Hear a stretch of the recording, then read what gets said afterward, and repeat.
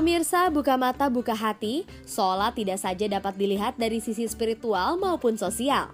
Gerakan sholat selama ini memunculkan diskusi yang menarik untuk menemukan apa makna dan manfaat di balik gerakan-gerakan tersebut. Banyak peneliti mulai mendalami gerakan sholat dan ternyata menemukan fakta bahwa gerakan sholat memiliki fungsi bagi kesehatan. Lalu, sebenarnya bagaimana mekanisme sholat dalam mempengaruhi kesehatan tubuh?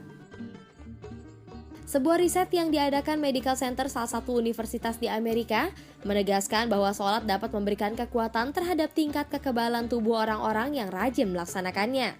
Salah satu fungsinya adalah melawan berbagai macam penyakit, termasuk penyakit kanker. Riset itu juga menegaskan selain bermanfaat secara jasmani, sholat juga memiliki manfaat bagi kesehatan secara mental dan kondisi psikis.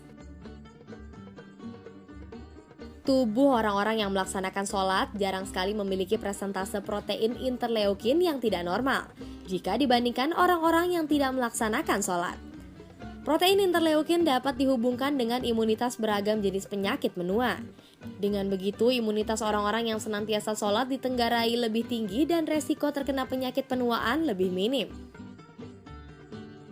Para peneliti ini meyakini bahwa secara umum ibadah dapat memperkuat tingkat kekebalan tubuh karena mensugesti seseorang untuk sabar, tahan terhadap berbagai cobaan dan jiwa yang toleran dan ridho. Meski belum ada riset yang secara pasti membuktikan hal tersebut, sudah cukup banyak bukti nyata. Hal tersebut sering disebut sebagai dominasi akal terhadap tubuh.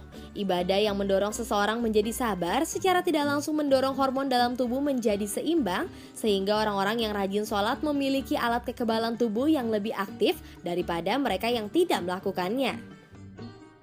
Di samping itu, ada beberapa hasil riset medis yang memfokuskan pada gerakan-gerakan sholat.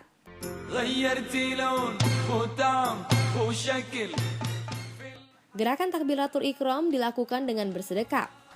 Meletakkan telapak tangan kanan di atas pergelangan tangan kiri merupakan istirahat yang paling sempurna bagi kedua tangan sebab sendi-sendi otot kedua tangan berada dalam posisi istirahat penuh.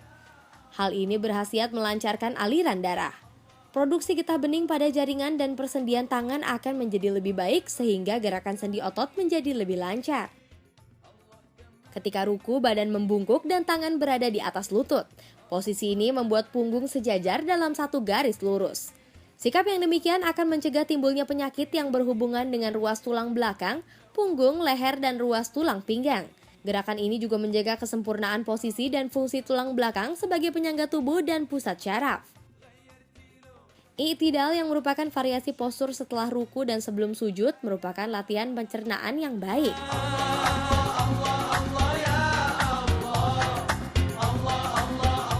Saat kita dalam posisi sujud, posisi kepala berada lebih rendah dari jantung dan memompa darah. Otot-otot tubuh bagian atas pun akan aktif berkontraksi. Dengan begitu kekuatan otot menjadi terlatih. Di posisi ini dinding dari urat-urat nadi yang berada di otak dapat terlatih terbiasa menerima aliran darah yang lebih banyak dari biasanya. Dengan begitu oksigen yang masuk lebih banyak dan otak menjadi lebih segar. Hal ini berpengaruh pada daya pikir seseorang. Dalam posisi duduk antara dua sujud dan tahiyat awal, kita bertumpu pada pangkal paha dan menyebabkan tumit menekan otot-otot pangkal paha. Dengan begitu, ada pijatan di pangkal paha yang berfungsi menghindarkan nyeri, serta mencegah dan menyembuhkan penyakit syaraf yang juga disebut neuralgia pada bagian ini. Neuralgia dapat menyebabkan tidak dapat berjalan. Posisi duduk tahiyat akhir memberikan manfaat yang sangat baik bagi pria, sebab dalam posisi ini tumit menekan aliran kandungan kemih, kelenjar prostat, dan saluran vas deferens. Ketika melakukannya dengan benar, postur ini dapat mencegah impotensi. Sementara bagi perempuan, posisi ini dapat menghindarkan penyakit bawasir yang sering dialami wanita hamil. Saat menutup sholat dengan salam, kita menoleh ke kanan dan ke kiri secara maksimal. Hal ini berfungsi sebagai relaksasi otot leher dan kepala sehingga menyempurnakan aliran darah di daerah tersebut. Manfaat yang didapat adalah terjaganya kekencangan kulit wajah, merilekskan leher yang kaku, dan mengurangi sakit kepala. Begitulah manfaat kesehatan yang bisa kita dapat dari menjalankan sholat. Subhanallah, betapa Allah memiliki banyak hal baik bagi umat Islam. Marilah kita jalankan kewajiban kita yang satu ini agar kita semakin dekat dengan Allah dan juga mendapatkan manfaat kesehatan dari sholat. buka mata, buka hati.